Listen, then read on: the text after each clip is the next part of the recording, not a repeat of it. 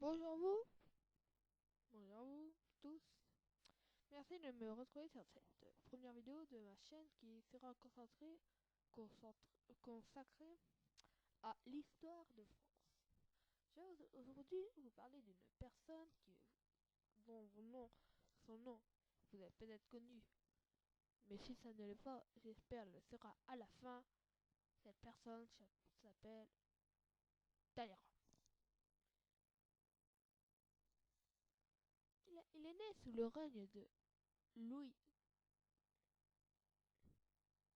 XV et mort sous la présidence de Louis-Napoléon Bonaparte, qui à cette époque fut le président de la Seconde République. Voilà comment va se dérouler ma première vidéo.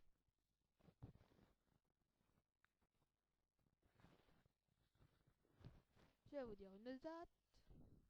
Ensuite, je vais vous dire ce qui se passe dans la vie de Talleyrand. Et ensuite, ce qui se passe euh, en, en France à cette même époque. Je vais vous faire un petit test. 1754, le vendredi 2 février, il y a la naissance à Paris de Charles Maurice de Talleyrand. En France, le 23 août, il y a la naissance du dauphin, le futur Louis XVI. J'espère que vous avez compris ce que je voulais dire. Alors maintenant, on va se mettre toute la chronologie. C'est parti. Alors,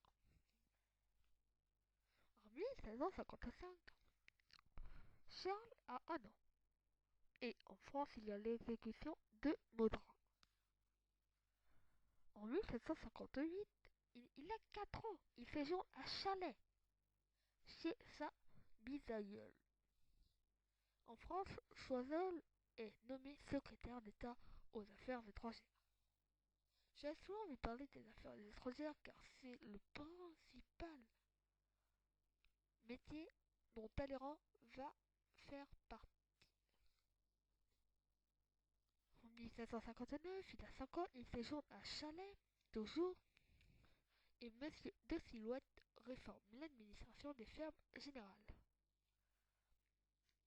En 1760, il a 6 ans, séjournant toujours à Chalais. En France, il y a la petite poste à Paris et les impôts augmentent. À 7 ans, en 1761, il a 7 ans, et en France, il y a l'exécution du pasteur Rochette, malgré l'intervention de Voltaire. Il y a le suicide de Marc-Antoine Calas. Choiseul est nommé secrétaire d'État à la guerre et à la marine. Il y a des négociations de Versailles, le pacte de famille. En 1762, il a 8 ans et je vais peut-être vous surprendre, il rentre au collège d'Harcourt. Au collège, à 8 ans.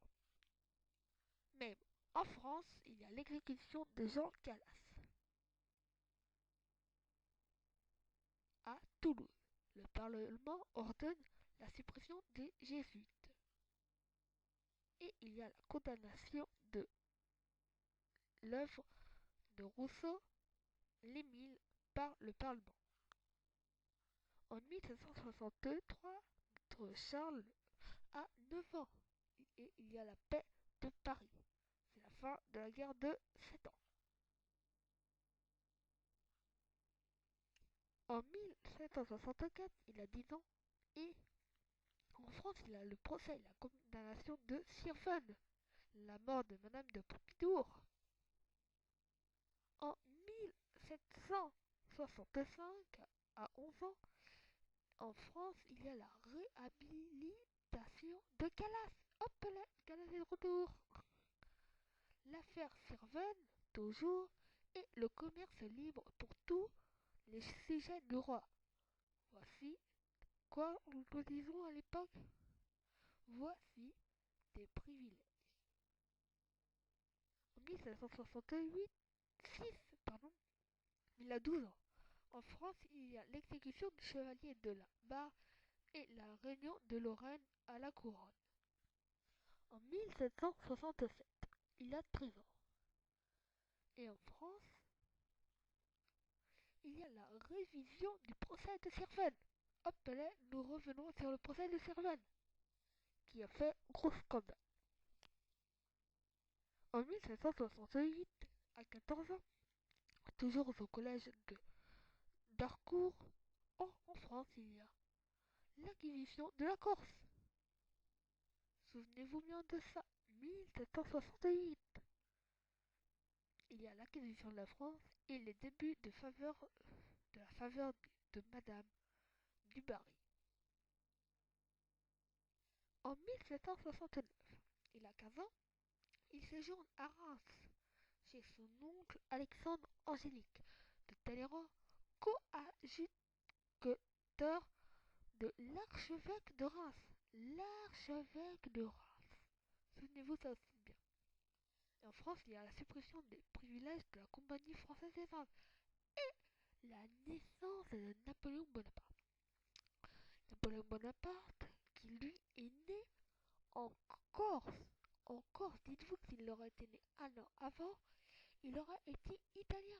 Oui, car je crois bien que c'est le royaume d'Italie qui a cédé la Corse. Il est né en Corse, il aurait pu être corse s'il aurait été né un an plus tôt. Voilà pourquoi je vous disais de vous souvenir de la Corse. Enfin, pas de la Corse, de l'acquisition de la Corse.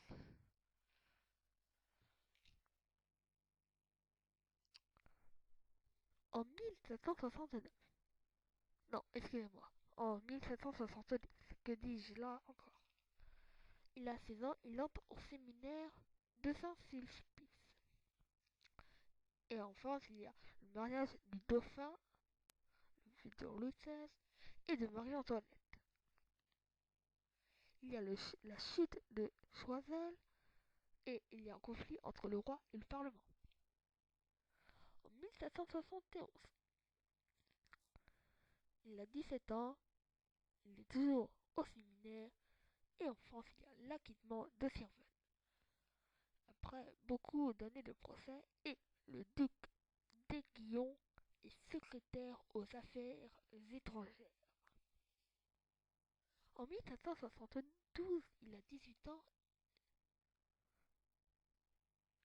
et en France, il y a une banqueroute partielle. Hop, la première banqueroute. C'est bien première. En 1773, il a 19 ans, toujours au séminaire. Et en France, il y a la fondation du Grand Orient de France. En 1574, il a 20 ans et le 28 mai, il reçoit les ordres de mineurs. C'est bon, il reçoit les ordres de mineurs. C'est bon pour le séminaire. Et le 22 septembre, il soutient sa thèse de théologie à Sorbonne. Le 10 mai, il y a la mort de Louis XV. Donc, donc qui dit mort d'un roi, dit début du règne de son fils. Il y a l'avènement de Louis XVI. Vergennes est le secrétaire d'État aux affaires étrangères. Turgot à la marine et aux finances. Établissement de la libre circulation de grains, réduction de l'attribution de la France générale, de la ferme générale, et c'est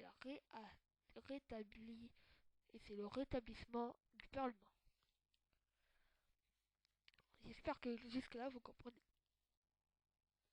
En 1775, le 21, il a 21 ans, excusez-moi, et le 1er avril, il est admis au sous-diaconat.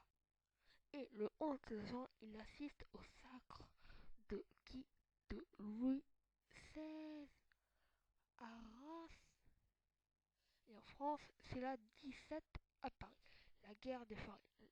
Les farines sont chères, donc le pain est cher. Le pain qui est l'aliment majeur du repas. À cette époque, qui dit cher dit plus de nourriture.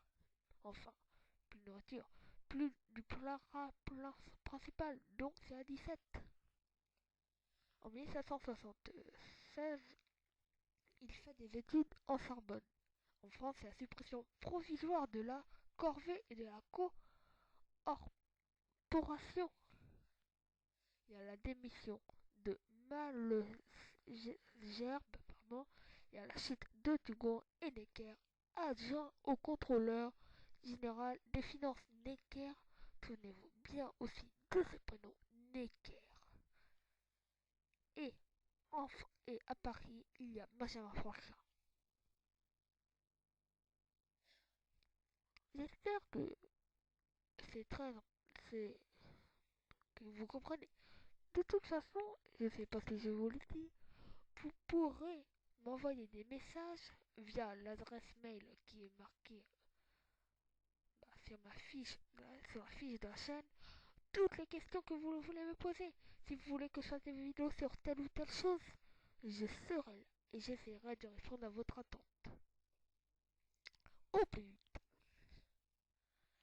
En 1777, à 23 ans, il fait toujours ses études en Sorbonne. Mais en France, Necker est nommé directeur général des finances. Il y a aussi la création de l'école de guerre et le traité d'alliance franco-suisse. Pour moi, il y a une alliance car Necker, qui est le banquier suisse, le roi ne voudrait pas qu'il y ait un conflit entre la Suisse et la France car sinon il perdrait Necker. Mais bon, ceci est une petite parenthèse, revenons à terre. En 1778, il a 24 ans, il est licencié en théologie. Et en France, il y a la création de la caisse d'escompte de Paris.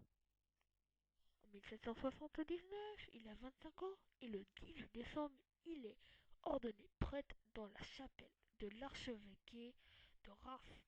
Et le 19 décembre, la, le jour suivant, Talleyrand est nommé vicaire général du diocèse de Reims.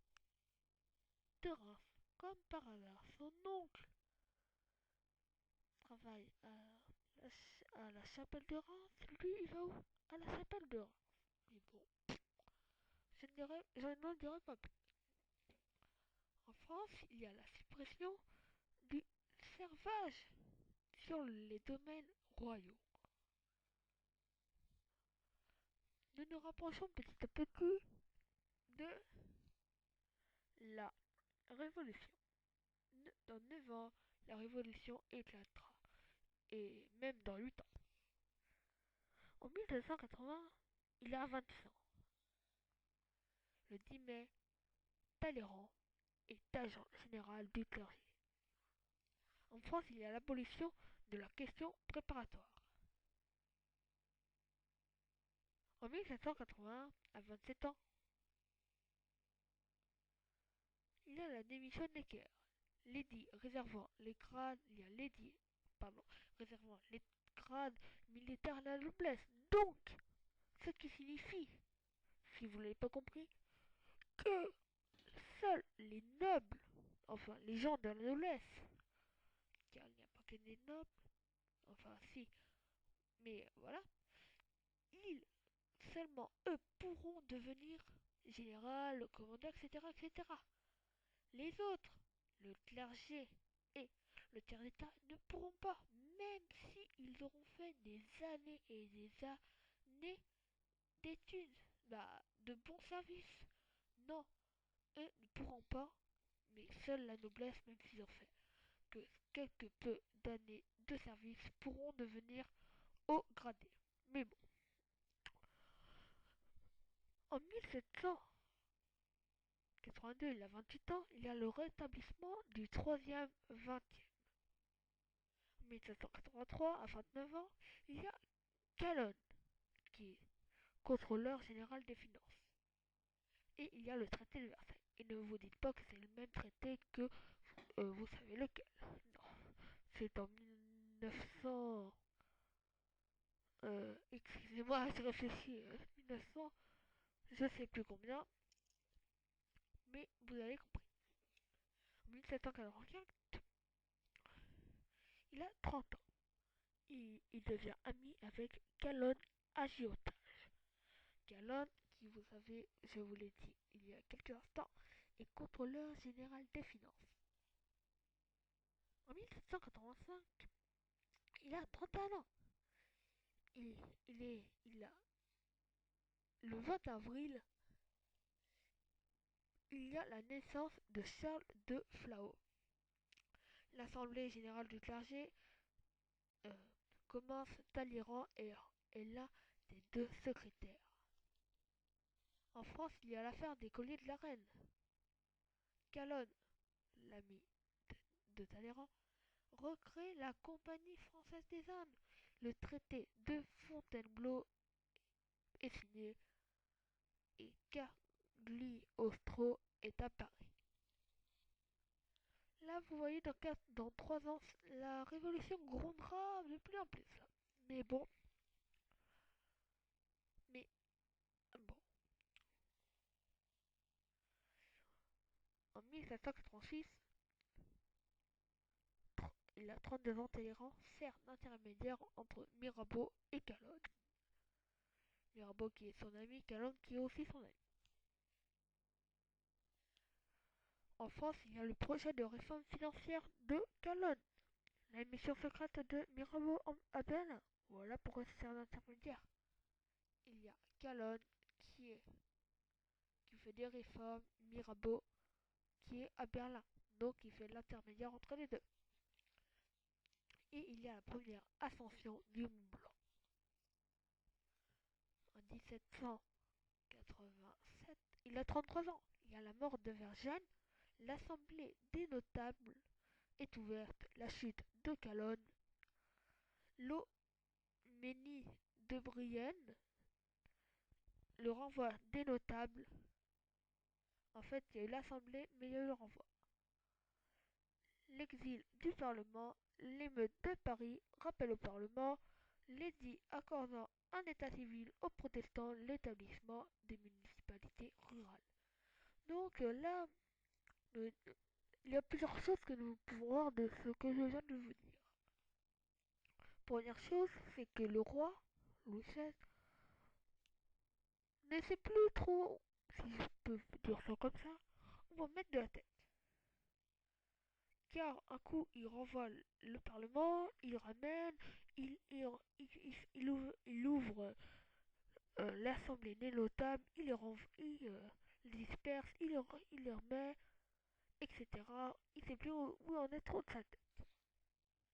Mais il y a aussi quelque chose de beaucoup plus important. L'établissement des municipalités rurales. Nous commençons à parler de municipalités, municipales, rurales, établissements. Ça commence, vous voyez. J'espère que vous voyez ce que je veux dire. En 1488, il a 34 ans. Le 2 novembre, il est nommé évêque d'Autun. Le 4 novembre, il y a la mort de son père, Charles Daniel de Talleyrand. Il y a l'abolition de la question préalable en France, l'affaire d'Espréménil. Il y a des émeutes en province, l'assemblée de Visil est ouverte, la convocation des États généraux. Ah, États généraux. Réfléchissez bien à ça. La banqueroute une deuxième fois. Voilà pourquoi tout à l'heure je vous le disais une première fois. Il y a le rappel de Necker, la disgrâce de Lamoignon, le rappel du Parlement. Il y a une seconde assemblée des notables. Tout redevient comme avant. Mais vous allez voir après. En 1789. Oh là là, très grande date pour l'histoire de France. Il a 35 ans, le 4 janvier, il est sacré évêque de la chapelle d'Ivry. Le 16 janvier, il y a la cérémonie d'intronisation de l'évêque d'Autun dans la cathédrale de l'Autun. Le 26 janvier, Talleyrand donne sa première lettre pastorale. le 2 avril, il est élu député aux États généraux du royaume par le clergé. Le 12 avril, il quitte Autun pour Paris. Le 28 juin, Talleyrand siège dans la salle commune de l'Assemblée nationale. L'Assemblée nationale, 26 juin 1789. Le 14 juillet, il est nommé membre du comité de la Constitution. Il multiplie les motions. En France, il y a la 17. Les émeutes, l'ouverture des États généraux. Après la convocation, en 1788, il y a l'ouverture. Le serment de Genève, le renvoi de Necker, qui, qui provoquera la prise de la Bastille. Le rappel de Necker, car étant donné qu'il y a la prise de la Bastille, le roi a compris que s'il ne rappelait pas Necker, ça aurait été encore pire. Car le peuple parisien aimait Necker, car il faisait des choses pour le peuple. Et comme il a été renvoyé, voilà, vous comprenez. Et il y a l'émigration du comte d'Artois, la grande peur, l'abolition des privilèges. Et tout ce que je vous dis, c'est en 1789. La déclaration des droits de l'homme et des citoyens, dont Necker, Talleyrand, fut l'un des rédacteurs.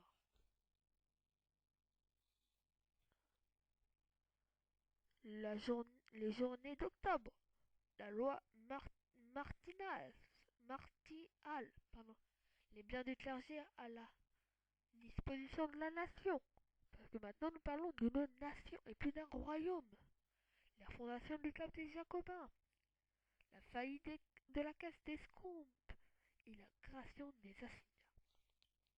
Et je voudrais vous dire que dans un événement du monde entier, parce que quelquefois, je vous l'ai peut-être pas dit, il y aura, je vous dirai, des choses qui se passent dans le monde. Washington, George Washington est élu président des États-Unis d'Amérique. Mais bon, retournons en France. En 1790, il a 36 ans et le 16 février, il est élu président de l'Assemblée. 14 juillet, il célèbre au Champ de Mars la messe de la fête de la Fédération dont il n'a jamais célébré aucune messe. Et le 26 décembre, il prête serment à la constitution civile du clergé. En France, il y a la fondation du club des Cordeliers. Mirabeau vend ses services à la cour. Il y a la création de la commission des poids et mesures, l'émeute contre-révolutionnaire, des émeutes révolutionnaires, la vente des biens du clergé, l'élection des assemblées départementales. Vous voyez, on parle d'élections départementales, on parle du département maintenant, et plus des provinces. Il y a le vote de la constitution civile du clergé, la réorganisation de la justice et un nouveau système fiscal. Tout change. En, en 1791, notre cher ami a 37 ans. Et le 13 janvier, il envoie sa lettre de démission d'évêque de Saône-et-Loire. Et le 17 janvier, il est élu administrateur du département de Paris. Et le 24 février, il sacre les évêques constitutionnels. Oui, parce que maintenant, nous avons des évêques constitutionnels. En France, il y a l'abolition des corporations. La porte de Mirabeau, dépréciation de l'assignat, il y a la loi Le Chapelier, il y a la fuite du roi et de sa famille et son arrestation à Varennes, l'Assemblée suspend le roi parce que avant sa fuite, il était encore roi. Mais là, non, plus maintenant, c'est fini, l'Assemblée qui règne en France décide qu'il ne soit plus roi. Il y a aussi la fondation du club des feuillants, il y a les fusillades du champ de Mars, la fusillade, l'augmentation du sens, la monnaie de l'époque, le roi, enfin je crois la monnaie de l'époque, mais je vous redirai ça plus tard. Il y a aussi la, le roi prête serment à la Constitution, la séparation de l'Assemblée, la réunion de la législative, les décrets contre les émigrés, les princes et les réfractaires, Narbonne est ministre de la guerre et le rattachement d'Avignon à la France. Vous voyez, il y a de plus en plus de différences. Mais dites-vous que pour le moment, le roi est toujours en vie. Et comme je vous le disais, enfin, en fait, le sens sont des impôts. Je m'excuse tellement pour tout à l'heure.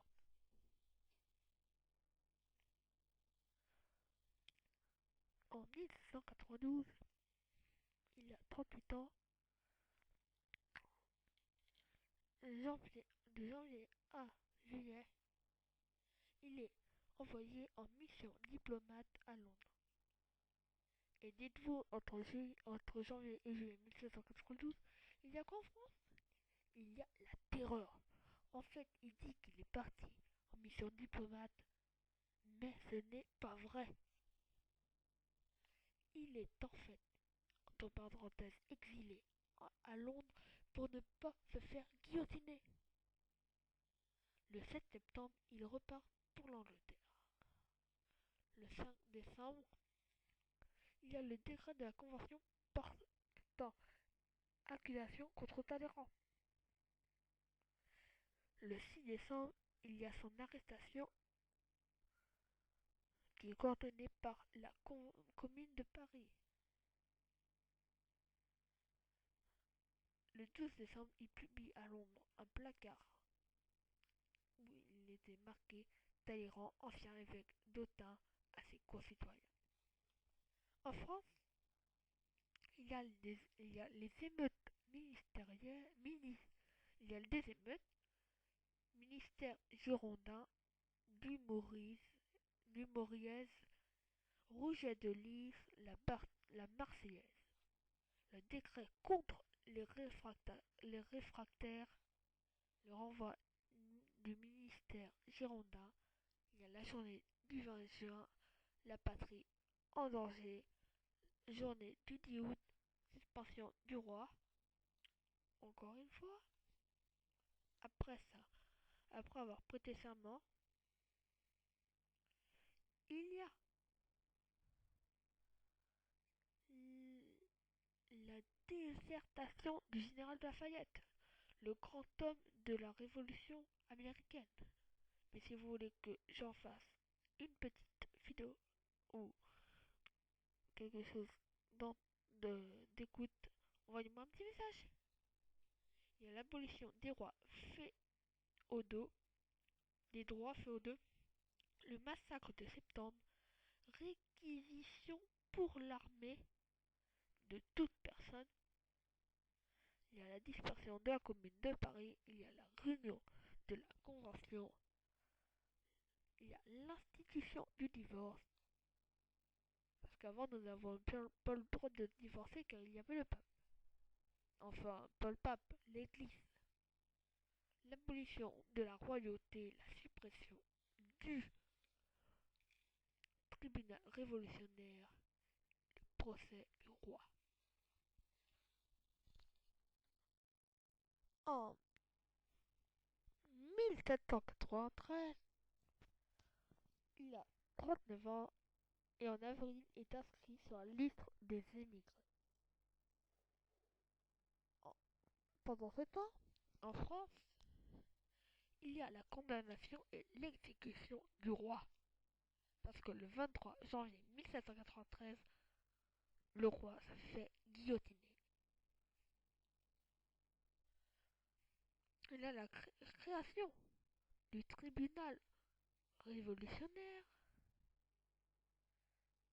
enfin la recréation, le soulèvement de la Vendée, la trahison de Dumouriez, création du comité du salut public,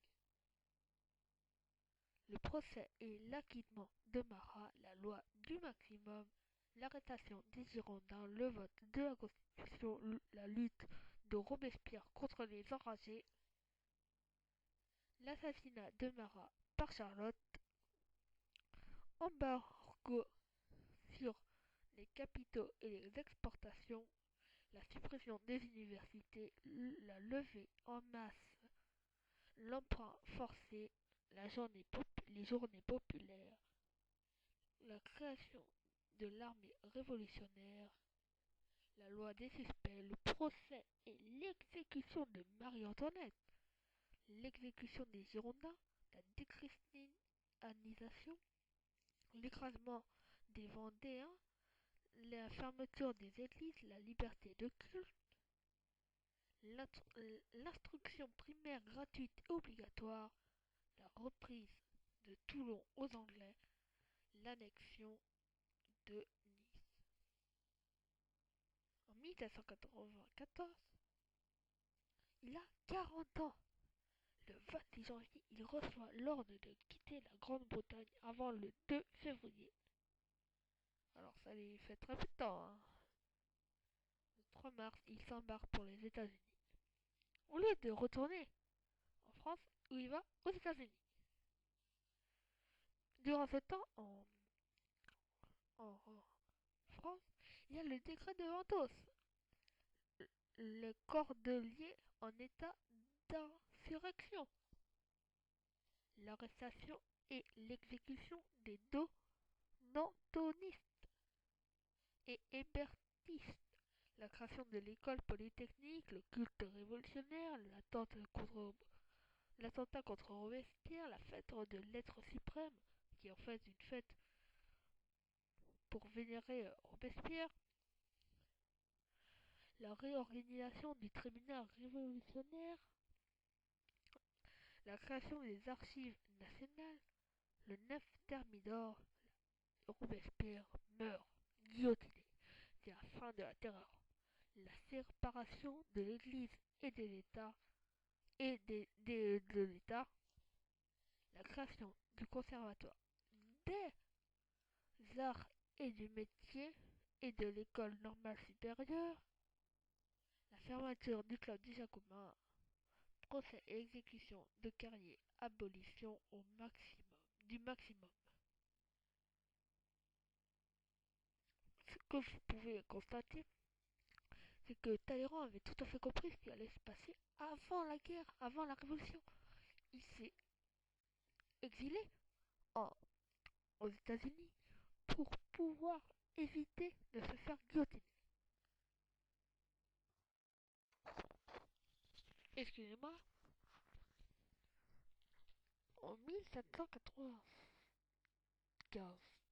il a 41 ans, le 31 mars, il, il y a la saisie des biens de Talleyrand.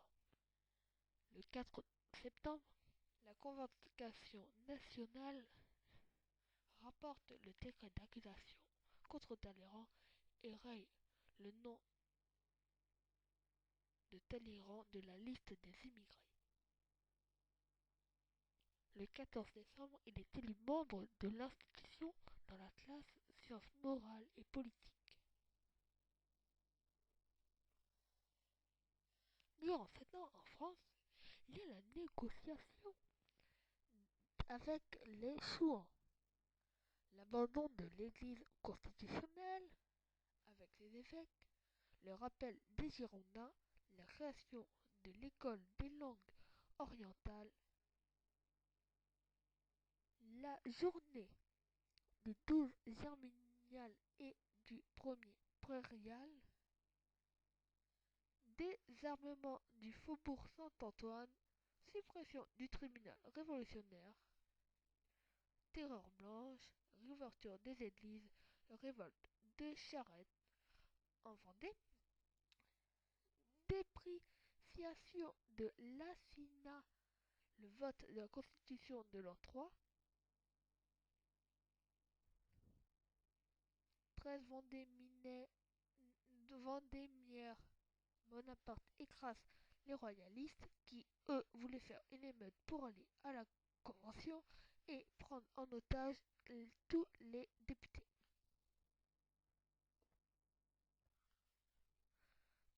En...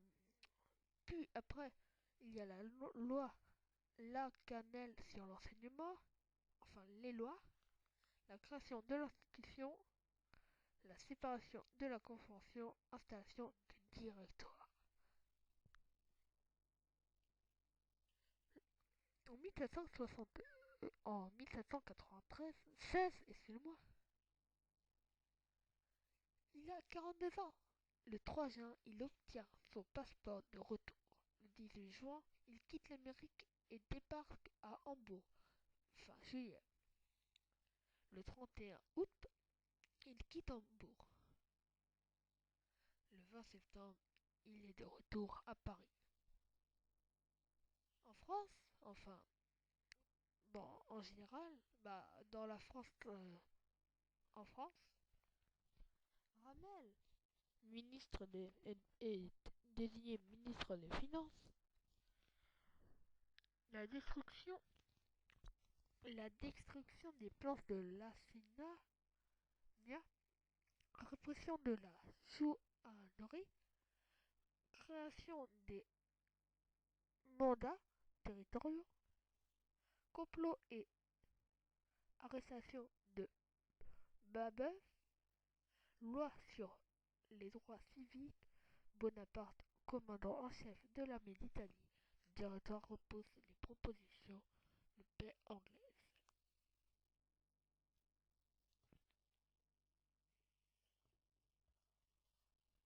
En 1797, à 43 ans, le 4 avril, il lit en séance publique de l'institution le mémoire sur les relations commerciales des États-Unis avec l'Angleterre. Le 3 juin, il lit en séance publique de l'institution l'essai sur les avantages à retirer des colonies nouvelles dans les circonstances présentes. Le 16 juillet, il est nommé par le directoire ministre des Relations extérieures. Oh, relations extérieures, comme par hasard. Le 6 décembre, il y a la première rencontre de Talleyrand et de Bonaparte. Et en ce temps, en France, il y a la suppression des mandats territoriaux, le procès de Babeuf, l'élection royaliste, l'abrogation des mesures contre les émigrés et les réfractaires, fermeture des clubs, coup d'état 18, Fructidor, banqueroute, troisième banqueroute des deux tiers. En 1798,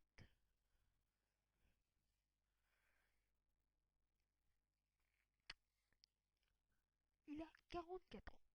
Le 3 janvier, Talleyrand donne une fête dans les salons de l'hôtel de Gallifet, siège du ministère des Relations extérieures, en l'honneur de Joséphine.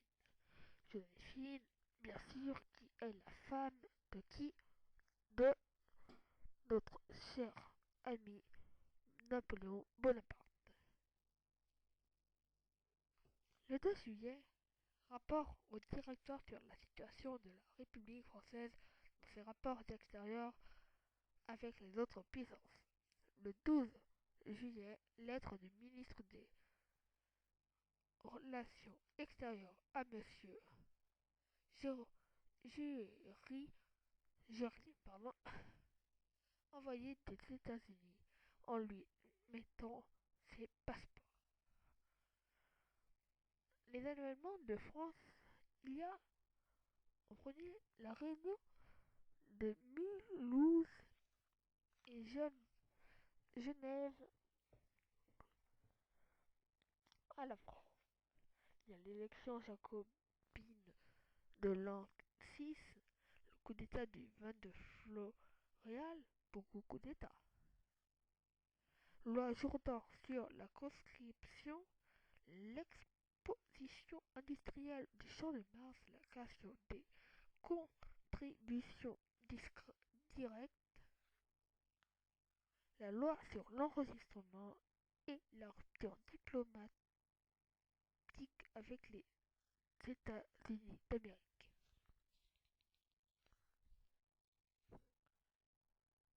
En 1799, il a 45 ans. Le 13 juillet, l'éclaircissement donné par le citoyen Talleyrand à ses concitoyens. 20 juillet, Talleyrand démissionne de sa charge des relations extérieures. Le 22 novembre, il est nommé à nouveau ministre des relations extérieures du consulat. En 1789, il y a les élections de CIS du directoire. Ça, c'est en France. Le coup d'État, une fois de plus,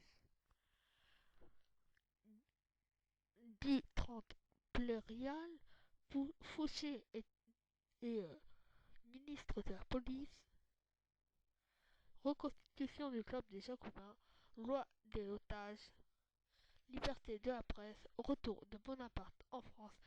Et là, le coup d'état de 18 Brumaire, qui fut organisé par qui? Par Napoléon Bonaparte.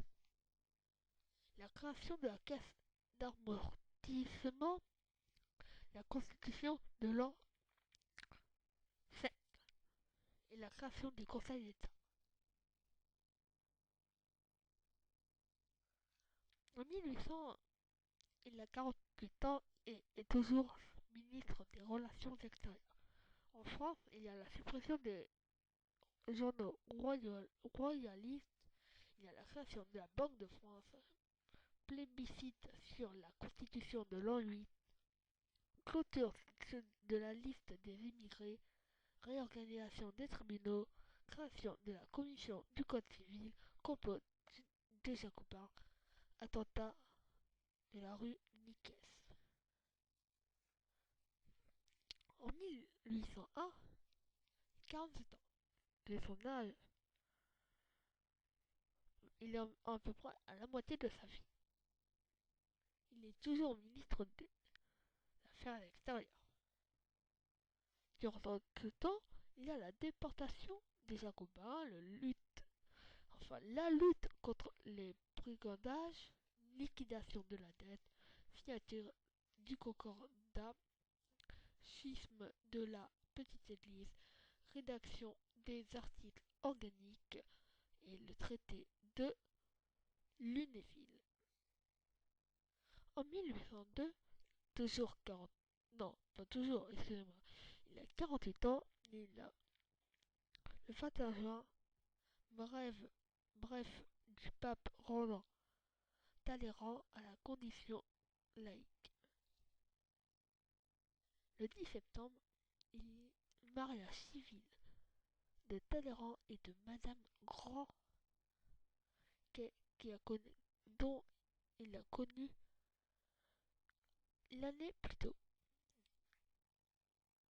En France, il y a la signature du traité d'Amiens, rétablissement de la paix en Europe, la promulgation du Concordia, création de la Légion d'honneur, rétablissement de la traite et de l'esclavage dans les colonies françaises. Le 2 août, Napoléon Bonaparte est nommé consul. Pour combien de temps? Pour la vie. Pour la vie. Promulgation de la Constitution de l'an 10, la France annexe le Piémont, le début des travaux du canal de l'Ourcq. En 1803, il a 49 ans. Le 7 mai, Talleyrand achète Valençay.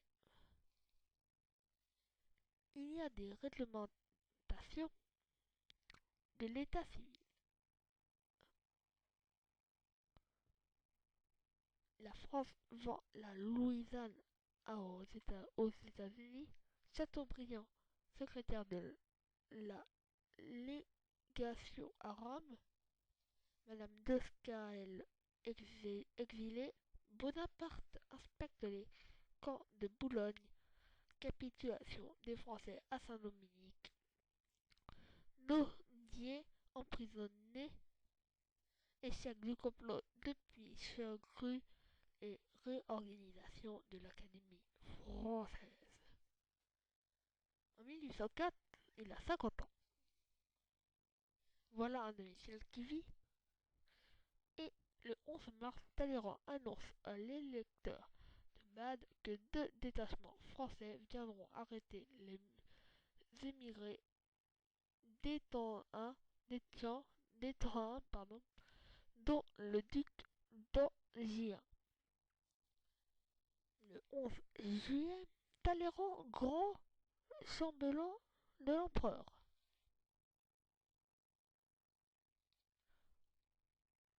En, dans ce même en France, il y a l'arrestation de Moreau, arrestation de Pigeaucourt, arrestation de Cadoudal. Le 21 mars, il y a l'exécution du duc d'Enghien. Promulgation du Code civil. Le 18 mai, promulgation de la Constitution de l'an 12. L'Empire. Création des 14 maréchaux. Exécution de Cadoudal. Fouché, toujours ministre de la police. Et le 2 décembre, sacre de Napoléon Ier. En 1806, il a 52 ans. Le 5 juin, Talleyrand nommé prince de Bénévent en Italie. Le 12 juillet, il signe à Paris le traité constituant la Confédération des États du Rhin. Le 7 octobre, il arrive à Mayenne. En novembre, il rejoint Napoléon à Berlin. En décembre, il arrive en Pologne. Il réside à Varsovie jusqu'en mai 1807. En France, il y a le rétablissement du calendrier grégorien, c'est-à-dire comme nous avons aujourd'hui, 2012, 2013, patati. Nous avons aussi la rupture avec le pape, la création du conseil des prud'hommes. C'est bon, on commence à rentrer dans ce que nous avons aujourd'hui. La création de l'université impériale, Chateaubriand, Port-Lorient. En 1807, notre cher Talleyrand a 53 ans. Entre le 7 et le 9 juillet, Talleyrand signe la Tilsit avec le traité avec la Russie et la Prusse. Il fait aussi, le 10 août, il donne sa démission de ministre des Relations extérieures. Le 17 août, il est nommé vice-grand électeur. En octobre-novembre, il remplit par intérim les fonctions d'archi-chancelier d'État. En France, durant ce temps, il y a le retour de Chateaubriand en France, son bannissement, promulgation de commerce, création de la Cour des comptes et bien sûr la création du cadastre. En 1808, Talleyrand a 54 ans. Le 15 mai, il arrive à Valençay. Les princes espagnols fait prisonniers par Napoléon. Le 10 juin, la mort à Berlin de Louis de Talleyrand, le fils d'Achambault. En août, Talleyrand est convoqué à Nantes par Napoléon et le 24 septembre, il arrive à Erfurt. En France, il y a la création de la noblesse impériale, faire par qui, bien sûr, par Napoléon. Il y a la naissance de Louis-Napoléon Bonaparte, futur Napoléon III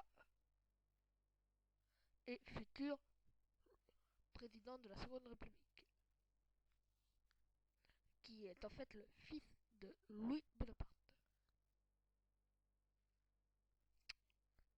Nous avons Gîte de Bayonne. Nous avons aussi la construction de la bourse de Paris par Brongniart en 1809. Il a 55 ans. Le 28 janvier, Napoléon enlève à Talleyrand sa place de grand chambellan. Le 20 avril, il y a le mariage d'Edmond de Périgord et de Dorothée de Courlande. Le 24 juin, il y a la mort d'Alexandrine Marie Victoire Éléonore de Damas Montigny, comtesse de Talleyrand-Périgot, qui est en fait, pour être plus précis, la mère de Talleyrand. Donc à partir de maintenant, Talleyrand n'a plus aucune famille.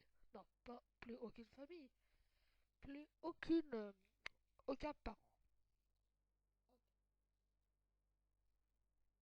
En France, il y a l'excommunication de Napoléon, l'échec de la conspiration de Marais et le divorce de Napoléon. En 1810, il a 56 ans. Il y a 15 ans, Talleyrand demande de l'argent au tsar Alexandre Ier, qui est, si je peux dire comme ça, le roi de la Russie, mais dans le temps, on ne voulait pas l'appeler le roi. Il voulait avoir un autre nom, c'est-à-dire le tsar. Ah, quelle belle écoute, j'espère pour vous. Mais en ce temps, en France, il y a le rétablissement de la censure et des prisons d'État. Le mariage de Napoléon Ier, pas trois, et Marie-Louise,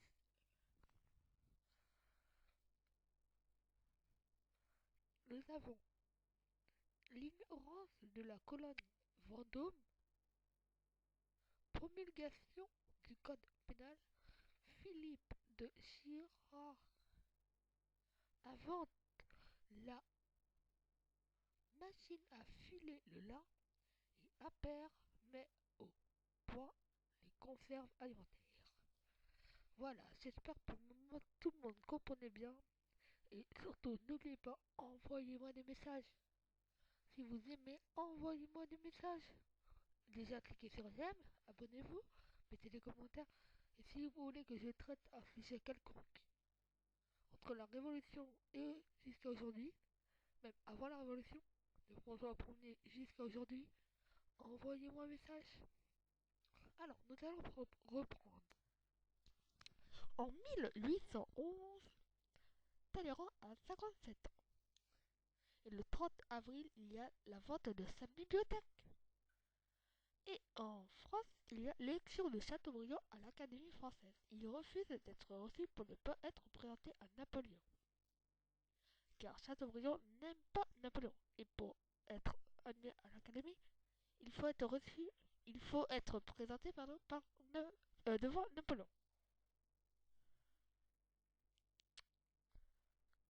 Euh, Jean de Rothschild crée une banque à Paris et la naissance du roi de Rome. En 1812, notre cher Talleyrand a 58 ans et le 31 janvier, il obtient de Napoléon le rachat par le domaine de l'hôtel de Monaco ou Matignon, rue de Varennes.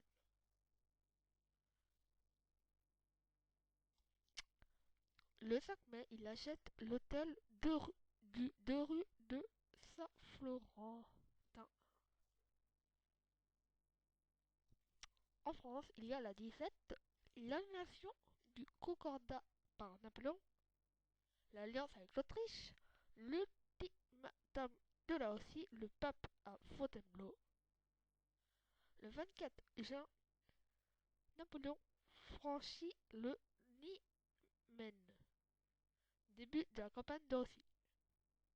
Prise de Vitebsk, bataille de Smolensk,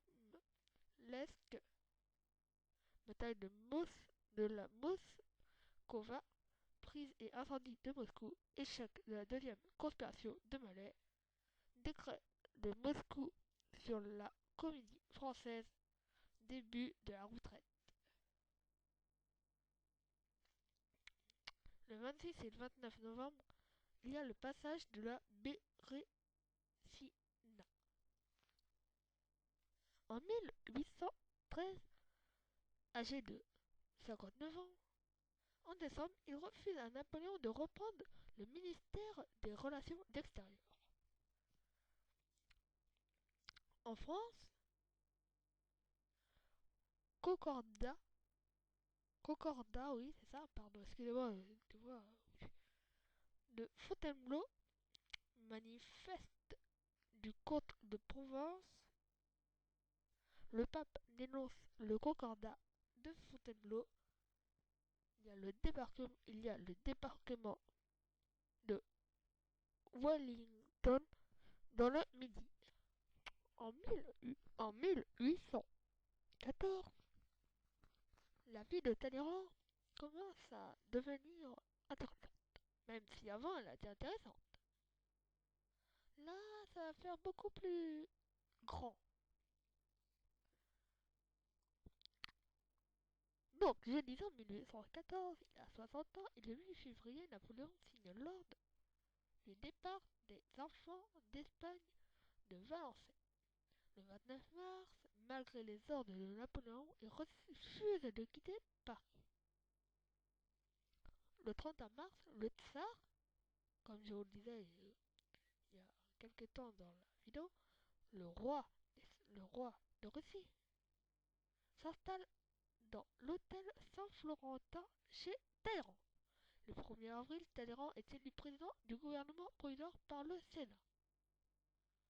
Le 23 avril, il signe la convention d'armistice avec les Alliés. Le 13 mai, il est nommé ministre des, des Affaires extérieures, comme par hasard. Le 30 mai, il signe le traité de Paris avec les puissances alliées. Le 4 juin, il est nommé à vie membre de la Chambre des Pairs. À vie. Le roi accorde à Talleyrand le titre de prince de Talleyrand. Parce que nous sommes retournés au roi. Alors, le 23 septembre, Talleyrand arrive à Vienne, capitale de l'Autriche, pour ceux qui ne connaissent pas. Et le 30 septembre, il assiste à une conférence des 4 puissances alliées. C'est-à-dire la Russie, l'Angleterre, la Prusse et l'Autriche. Durant ce temps en France, les missions de Vitrolles auprès des Alliés, la trahison de Murat, la capitulation de Paris, Louis XVIII proclamé roi à Bordeaux, entrée des Alliés à Paris, déchéance de Napoléon Ier, le journal de l'Empire redevient le journal des débats, abdication de Napoléon, le gouvernement provisoire est adhéré au traité de Fontainebleau. C'est bon, Napoléon, c'est bon là, il est en chute libre. C'est Louis XVIII, qui devient à nouveau roi. Enfin, pas nouveau. La monarchie est à nouveau en France. C'est ce que je voulais dire.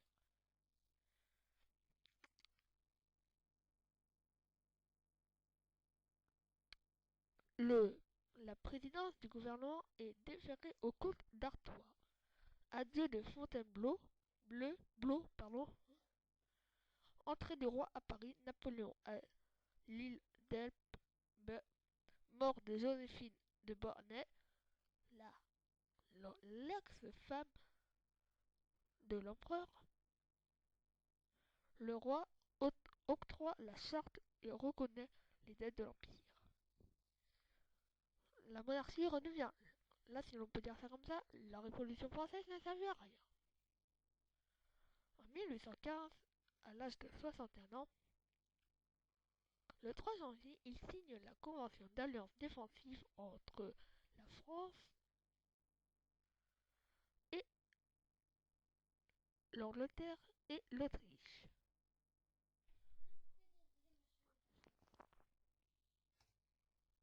Le 13 mars, il signe la déclaration des puissances assemblées au congrès de Vienne contre Napoléon. Le 4 juin, la principauté de Bénévent est rendue au Saint-Siège. Le 9 juin, Talleyrand signe l'acte final du congrès de Vienne. Le 23 juin, il retrouve le roi à Mont. Le 28 juin, il contresigne la déclaration du roi donnée à Cambrai. Le 9 juillet, il est nommé président du Conseil des ministres et, bien sûr, ministre de quoi? Des Affaires étrangères. Le 24 septembre, démission du ministère Talleyrand. 28 septembre, Talleyrand est nommé grand chambellan et le 10 novembre, Ferdinand Ier, roi des deux Siciles, accorde à Talleyrand le titre de duc. Durant ce temps, en France, il y a l'exhumation des restes de Louis XVI et Marie-Antoinette et cérémonie commémorative dans l'église Saint-Étienne. Napoléon, encore, débarque à Golfe-Juan et arrive à Paris.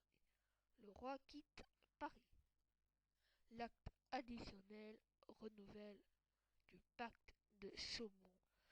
Il y a la bataille de Ligny et de Waterloo, toujours par Napoléon, qui lui est redevenu Napoléon Ier durant 100 jours. Et la bataille de Waterloo va signifier la fin de, des 100 jours de Napoléon. Enfin, de l'Empire Napoléon. Après cette bataille, les Russes attaquent la France et Napoléon quitte la France. Pour où? Pour Sainte-Hélène. Et en même temps, le roi rentre à Paris. Il y a une terreur blanche. Chateaubriand est nommé père. Élection de la Chambre introuvable. La Sainte Alliance. L'exécution des Murat. Deuxième traité de Paris. L'exécution de Ney. En 1816, notre ami a 62 ans et le 8 mai, il est à la vente de la bibliothèque de Talleyrand. Mais vous allez me dire, il a déjà dit ça. Mais là, je vais vous dire, car celle-ci est à Londres. La bibliothèque de Talleyrand de Londres. Car, comme vous savez, il a vécu à Londres. Il a bien sûr fait une bibliothèque. Et sauf que là, c'est sa propre, c'est la bibliothèque, pardon, de Londres. En août, il achève ses mémoires. Le 18 novembre, un esclandre à l'ambassade d'Angleterre. Le 21 novembre, il est prié de ne pas paraître à la cour jusqu'à nouvel ordre. Le 27 décembre, il signe avec sa femme une convention de séparation à l'amiable. Dès ce temps, en France, le roi exclut 11 membres de l'Académie française et la dissolution de la Chambre introuvable. En 1817, il a 67 ans et le 2 mars, c'est la fin de la disgrâce de Talleyrand. Le 2 décembre, il reçoit de Ferdinand Ier pour son héritier et neveu le titre de duc de Dino. En 1818, il a 64 ans et en France, le ministère d'Escadre, il y a la loi Gouvion-Saint-Cyr sur la conscription.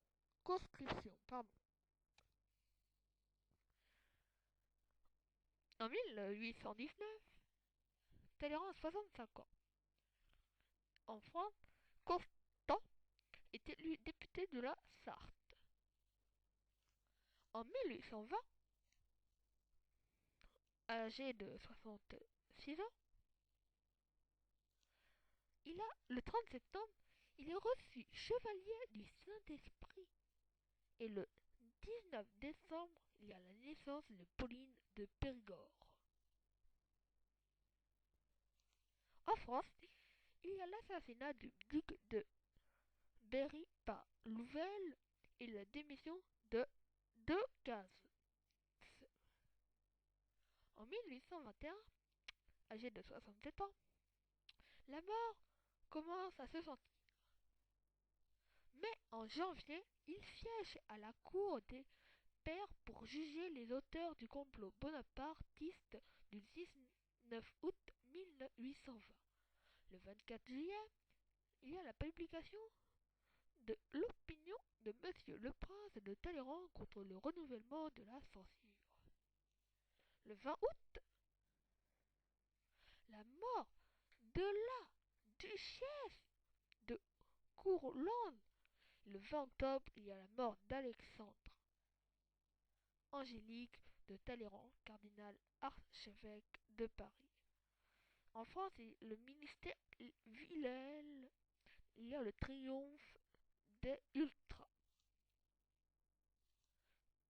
Il y a aussi l'université sous surveillance du clergé, la constitution de la charbonnerie et la mort de Napoléon, ou ça à Sainte-Hélène.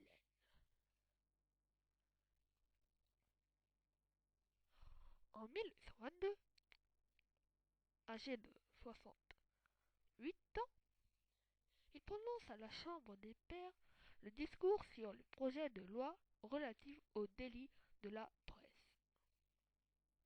En France, il y a la mesure contre les libéraux et l'université, fermeture de l'école normale, des facultés de droit et de médecine.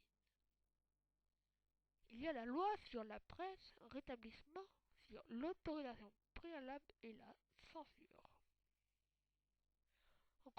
Resserrement de l'alliance du trône et de l'autel. L'exécution des 4 sergents de La Rochelle. En 1823, 69 ans, Talleyrand publie Opinion sur le projet d'adresse en réponse au discours du roi à l'ouverture de la session.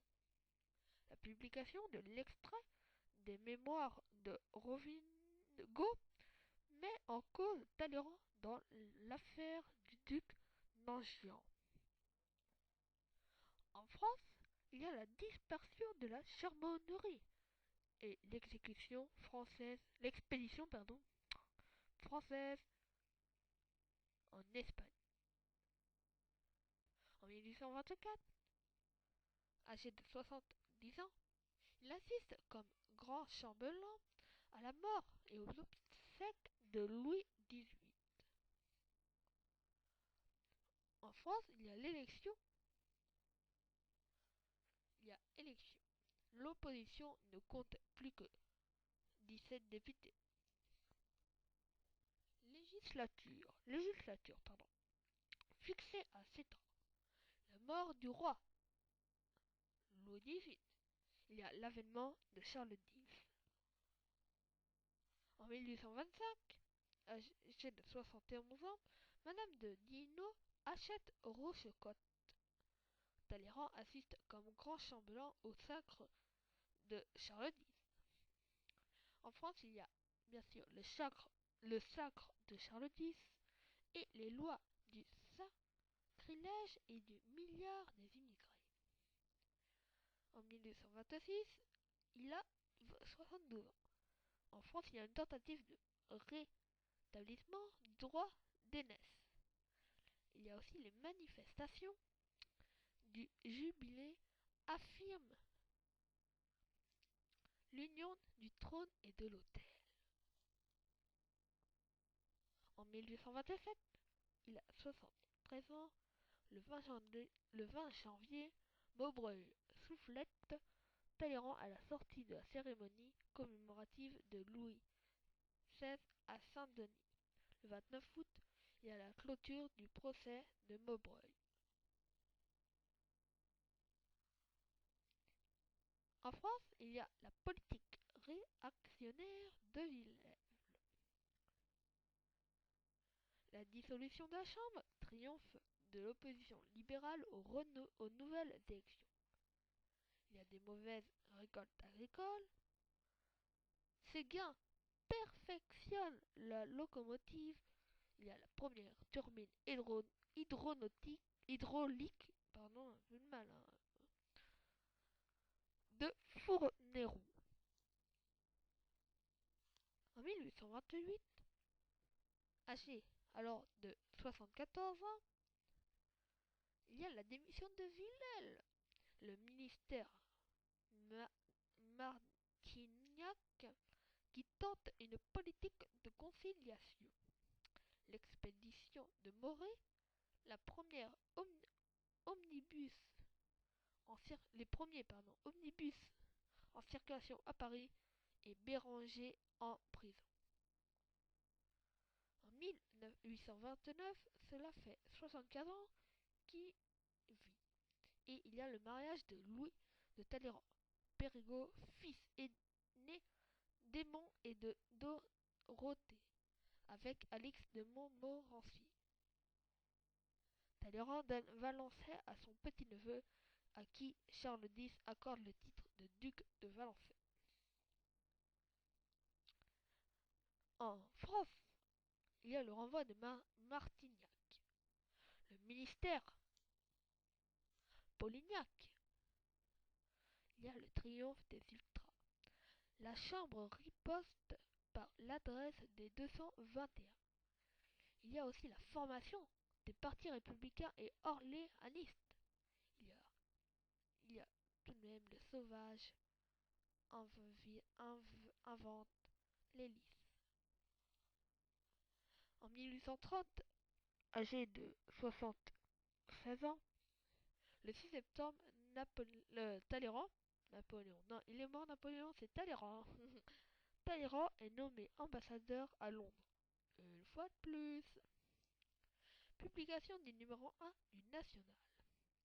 Impopularité du gouvernement. Des 4 ordonnances royales suspendant en effet le régime constitutionnel entraînant la révolution de juillet, les 3 glorieuses, 27, 28 et 29 juillet. Abdication de Charles X. Louis-Philippe lui succède confortément à la volonté de la bourgeoisie. En août, il y a la révision de Charles, abolition de la censure, le catholicisme cesse d'être la religion d'État, etc. Laffitte, président du Conseil. Deux tendances, enfin deux politiques. La résistance et le mouvement. Diffusion des idées sociales, début de la conquête de l'Algérie le 5 juillet, prise d'Alger. Nous sommes en 1831, notre cher Talleyrand a 77 ans, et le 15 novembre, Talleyrand signe le traité portant reconnaissance de la Belgique et du roi Léopold Ier et fixant les frontières du nouvel État. En France, il y a la crise économique, chômage, disette. L'émeute de Saint-Germain-l'Auxerrois. Louis-Philippe refuse le choix du duc de Nemours comme roi de Belgique. Laffitte remercie Casimir Périer, lui succède. Publication des lois organiques municipales électorales sur le grade municipal. En 1872, à l'âge de 18 ans, il devient toujours ambassadeur à Londres. En France, il y a l'épidémie de choléra. Mort de Casimir Périer. Ne vous dites pas c'est le Perrier, la poisson, c'est une personne. Le ministère Broglie Thiers Guizot, équipé de la duchesse de Berry, les émeutes du cloître Saint-Méry, prise d'Angers, l'ameneront avec l'Église. En 1833, à l'âge de 79 ans, il est toujours et encore ambassade à Londres.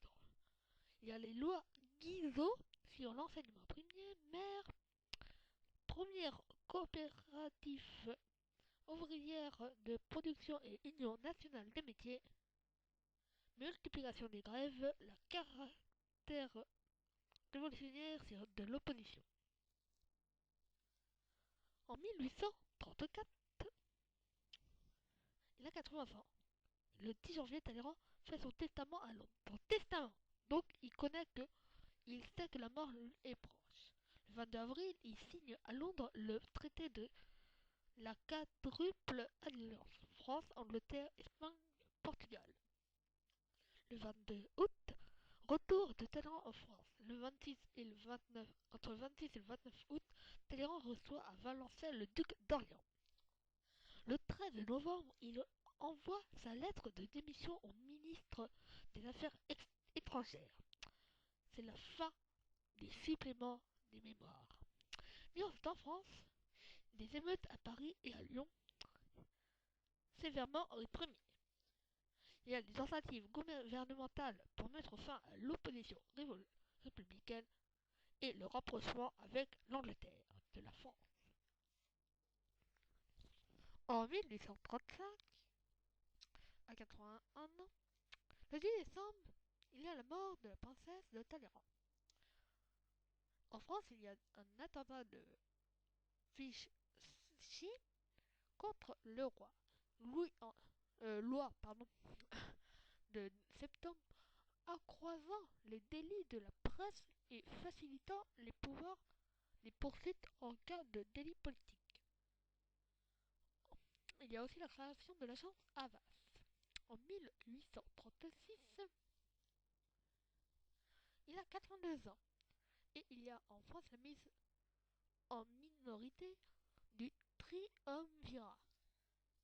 Thiers forme le nouveau gouvernement septembre. Ministère Mollet, Guizot de l'institution politique, l'instruction politique, gouvernement juste milieu, Louis-Napoléon Bonaparte tente de soulever la garnison de Strasbourg. Il y a la fondation de la presse et du siècle. Il y a l'exécution de Laceneur. En 1837, à l'âge de 83 ans, en France, il y a le second ministère Molly. Il y a